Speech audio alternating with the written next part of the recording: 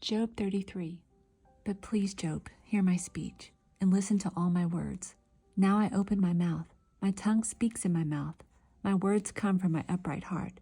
My lips utter pure knowledge. The Spirit of God has made me, and the breath of the Almighty gives me life. If you can answer me, set your words in order before me. Take your stand. Truly I am as your spokesperson before God. I also have been formed out of clay. Surely no fear of me will terrify you, nor will my hand be heavy on you. Surely you have spoken in my hearing, and I have heard the sound of your words saying, I am pure without transgression. I am innocent, and there is no iniquity in me. Yet he finds occasion against me. He counts me as his enemy. He puts my feet in the stocks. He watches all my paths. Look, in this you are not righteous. I will answer you, for God is greater than man. Why do you contend with him? For he does not give an accounting of any of his words. For God may speak in one way or in another, yet man does not perceive it. In a dream, in a vision of the night, when deep sleep falls upon men, while slumbering on their beds, then he opens the ears of men and seals their instruction. In order to turn man from his deed and conceal pride from man, he keeps back his soul from the pit and his life from perishing by the sword. Man is also chastened with pain on his bed, and with strong pain in many of his bones, so that his life abhors bread, and his soul succulent food. His flesh wastes away from sight, and his bones stick out which were once not seen. Yes, his soul draws near the pit, and his life to the executioners. If there is a messenger for him, a mediator, one among 1,000, to show man his uprightness, then he is gracious to him and says, Deliver him from going down to the pit. I have found a ransom. His flesh shall be young like a child's. He shall return to the days of his youth. He shall pray to God, and he will delight in him. He shall see his face with joy, for he restores to man his righteousness.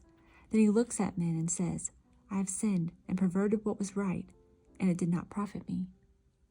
He will redeem his soul from going down to the pit, and his life shall see the light. Behold, God works all these things, twice in fact, 3 times with a man, to bring back a soul from the pit, that he may be enlightened with the light of life. Give ear, Job, listen to me.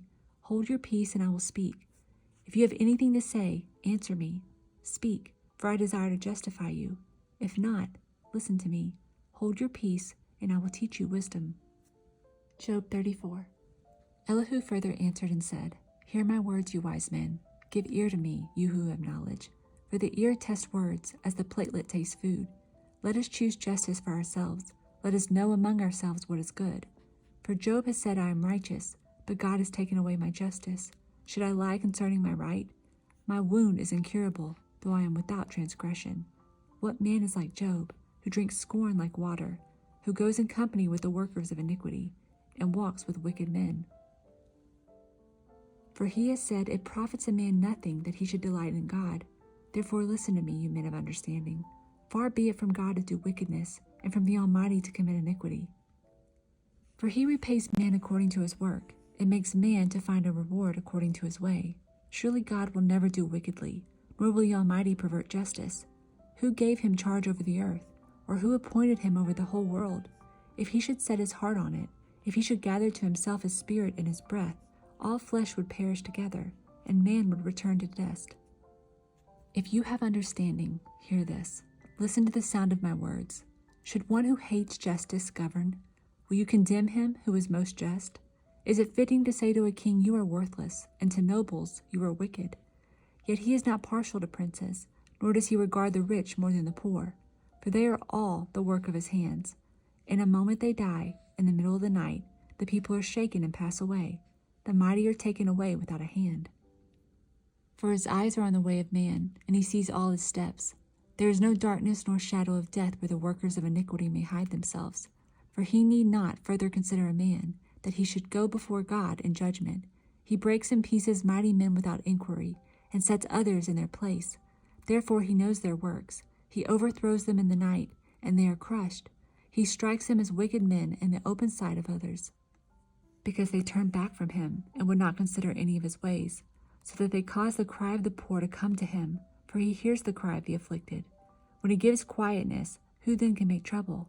And when he hides his face, who then can see him, whether it is against a nation or a man alone, that the hypocrite should not reign, lest the people be ensnared?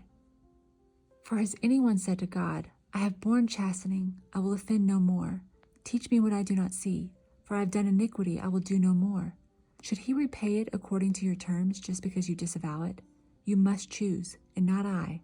Therefore speak what you know. Men of understanding say to me, wise men who listen to me, Job speaks without knowledge, his words are without wisdom. Oh, that Job were tried to the utmost, because his answers are like those of wicked men. For he adds rebellion to his sin. He claps his hands among us, and multiplies his words against God. Psalm 18:25. With the merciful you will show yourself merciful. With a blameless man you will show yourself blameless. With the pure you will show yourself pure. And with the devious you will show yourself shrewd. For you will save the humble people, but will bring down the haughty looks. For you will light my lamp. The Lord my God will enlighten my darkness. For by you I can run against a troop. By my God I can leap over a wall. As for God, his way is perfect. The word of the Lord is proven. He is a shield to all who trust in him. For who is God except the Lord? And who is a rock except our God? It is God who arms me with strength and makes my way perfect. He makes my feet like the feet of deer and sets me on my high places. He teaches my hands to make war, so that my arms can bend a bow of bronze. You have also given me the shield of your salvation. Your right hand has held me up. Your gentleness has made me great. You enlarged my path under me, so my feet did not slip. Matthew 23. Then Jesus spoke to the multitudes and to his disciples, saying, The scribes and the Pharisees sit in Moses' seat. Therefore, whatever they tell you to observe, that observe and do. But do not do according to their works, for they say and do not do. For they bind heavy burdens hard to bear and lay them on men's shoulders, but they themselves will not move them with one of their fingers. But all their works they do to be seen by men. They make their phylacteries broad and enlarge the borders of their garments. They love the best places at feast, the best seats in the synagogues, greeting in the marketplaces, and to be called by men, Rabbi, Rabbi. But you, do not be called Rabbi, for one is your teacher, the Christ, and you are all brethren. Do not call anyone on earth your father, for one is your Father, he who is in heaven. And do not be called teachers, for one is your teacher, the Christ. But he who is greatest among you shall be your servant, and whoever exalts himself will be humbled, and he who humbles himself will be exalted. But woe to you, scribes and Pharisees, hypocrites! For you shut up the kingdom of heaven against men, for you neither go in yourselves, nor do you allow those who are entering to go in. Woe to you, scribes and Pharisees, hypocrites! For you devour widows' houses, and for a pretense make long prayers. Therefore you will receive greater condemnation.